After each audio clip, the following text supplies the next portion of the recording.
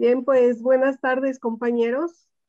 La Asamblea de Coordinación, secciones 10 y 11 de la CENTE les da la bienvenida a este conversatorio que le hemos denominado la inestabilidad laboral en tiempos del neoliberalismo. En este caso, pues vamos a tratar el asunto de la educación media superior y superior. Y ahora vamos a dar la palabra a la profesora Guadalupe Carrasco Licea, como decíamos, es académica de la UNAM. Gracias, Elizabeth. Bueno, miren, déjenme comentarles para empezar que hace más de 40 años, cuando mi esposo y yo empezamos a vivir juntos, ambos éramos ayudantes de profesor. Es decir, con 2 salarios de ayudante de profesor, pagábamos renta, comíamos, luz, gas, etcétera. Vivíamos con eso. Actualmente, el salario de un ayudante de profesor alcanza para el transporte y para echarse una torta en la facultad, y no más que eso. Y ustedes podrán decir, bueno, pero pues en 40 años todos los trabajadores han visto que su salario se ha depreciado, ha perdido poder adquisitivo, etcétera. Y es cierto, es cierto. Sobre todo desde Salinas de Gortari para acá, pues desaparecieron muchísimos trabajos formales, los que quedaron con situación salarial y condiciones laborales muy malas, y muchísimos fueron aventados al trabajo informal. Y decir trabajo informal, pues es decir, ninguna prestación.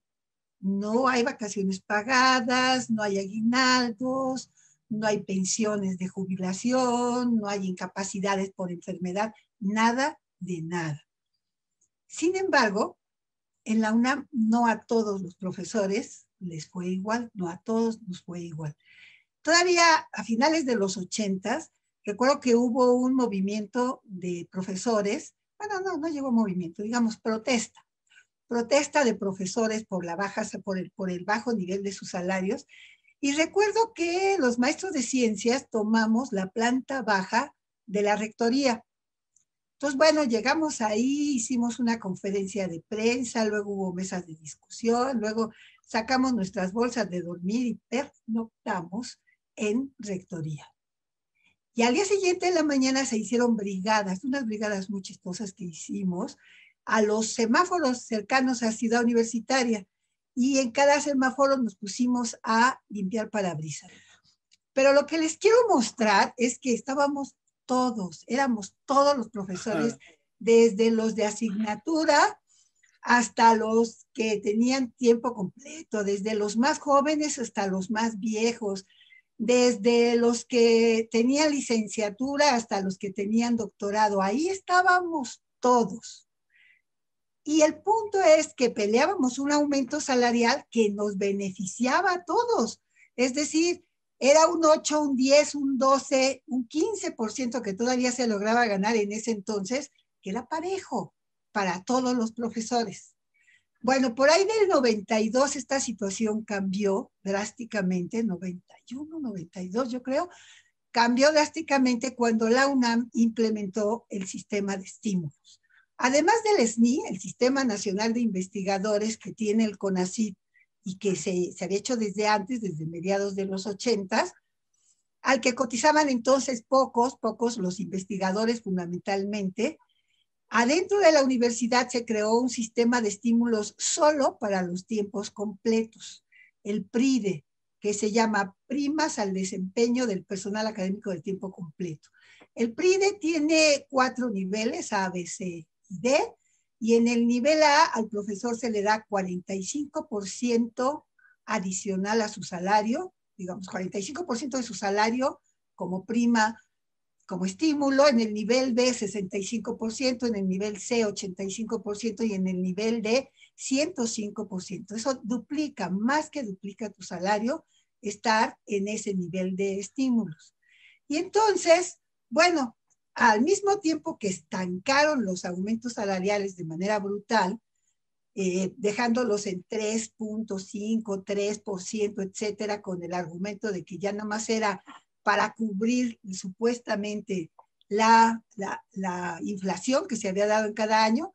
Recuerden que esos aumentos se pactan para el salario mínimo, pero marcan el tope de lo que van a dar en todos lados como aumento salarial. Entonces, al mismo tiempo que estancan el aumento salarial, sucede que nos avientan a los maestros, porque de verdad que era sentirse como aquello del burro y la zanahoria, ¿se acuerdan, no?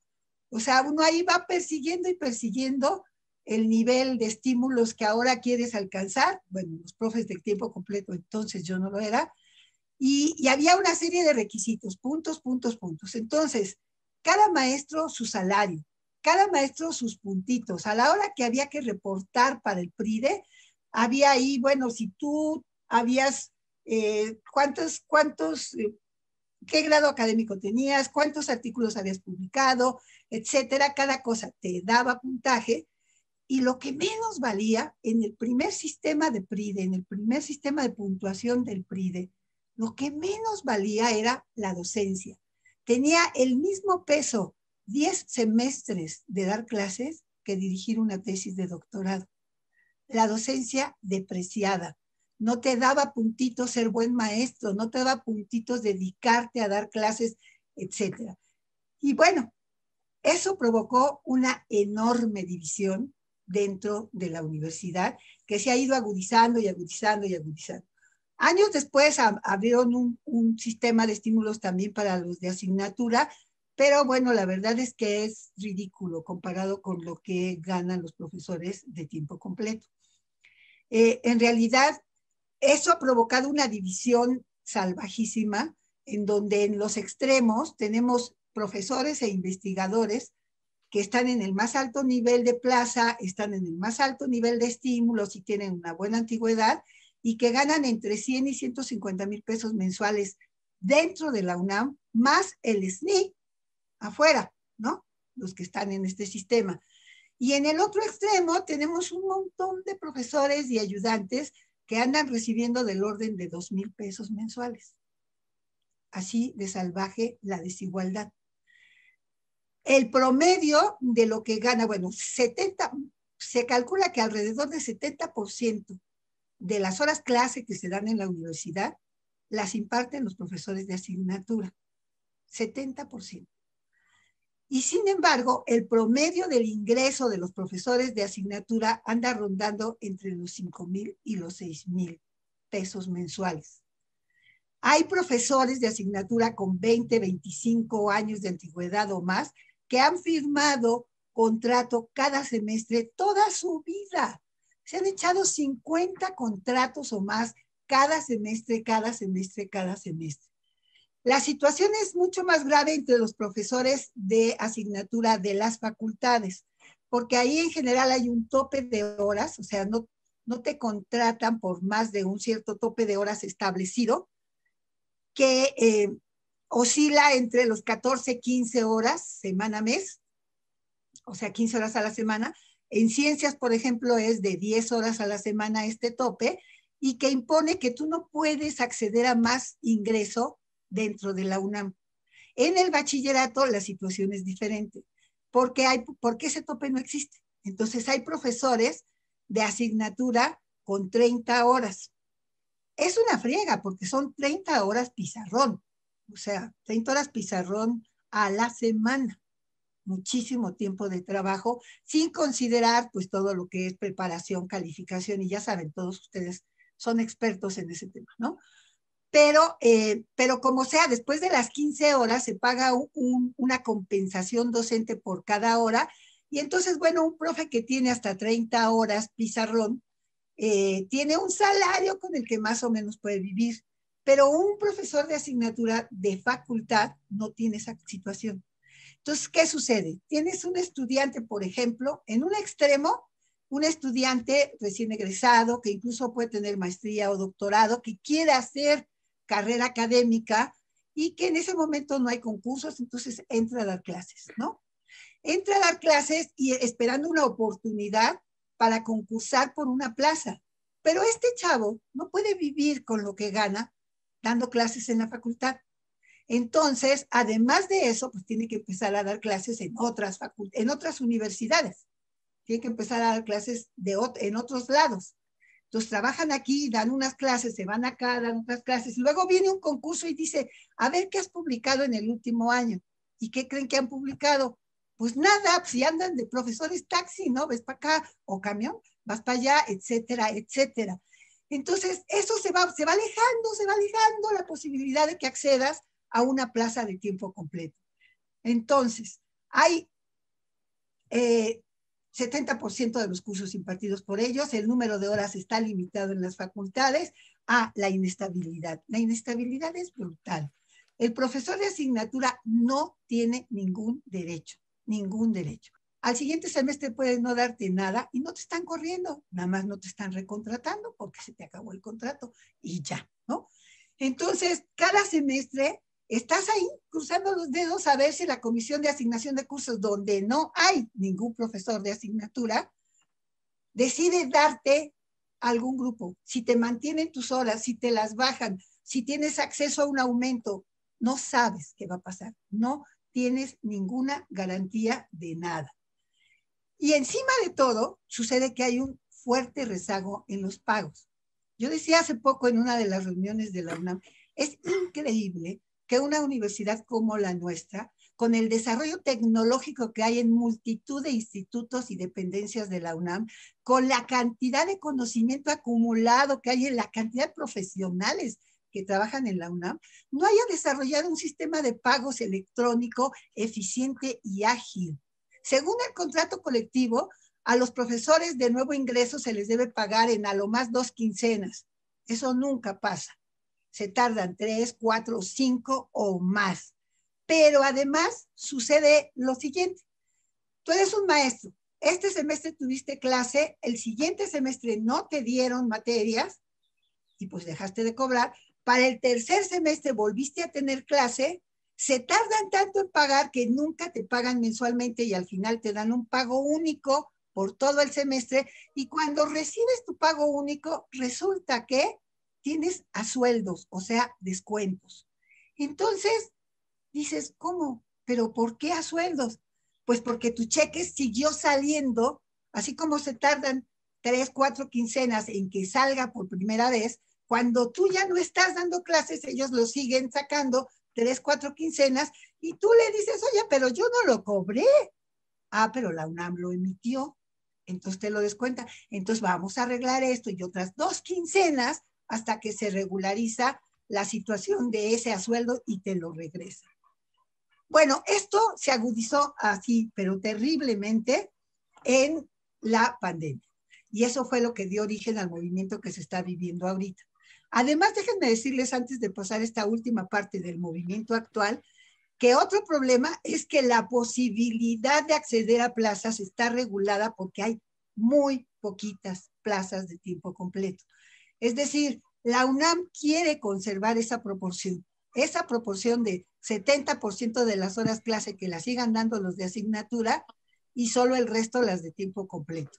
Entonces resulta que un profesor de tiempo completo da menos horas clase, tiene muchas responsabilidades iguales a las de un profesor de asignatura y gana muchísimo más, pero hay muy pocos concursos para plazas de tiempo completo y cuando las hay sucede que los que ya más tiempo tienen, como la docencia vale poquito o nada para el acceso a las plazas, pues no las ganan, ni aunque tengan 20 horas y 20 años de experiencia, muchas y muy gratificantes recomendaciones de sus alumnos, ni nada. Bueno, déjenme terminar con esto porque sé que se está acabando un tiempo, pero lo que pasó en esta época de la pandemia es que todos los profesores que eran de nuevo ingreso o que habían tenido movimientos en sus plazas, en su número de horas, dejaron de recibir su cheque, pero por todo el tiempo del mundo. O sea, algunos estaban esperando, pues ya, como ya saben, su pago único. Y el pago único no llegó en todo el semestre. Entonces empezó el siguiente semestre y no había llegado nada.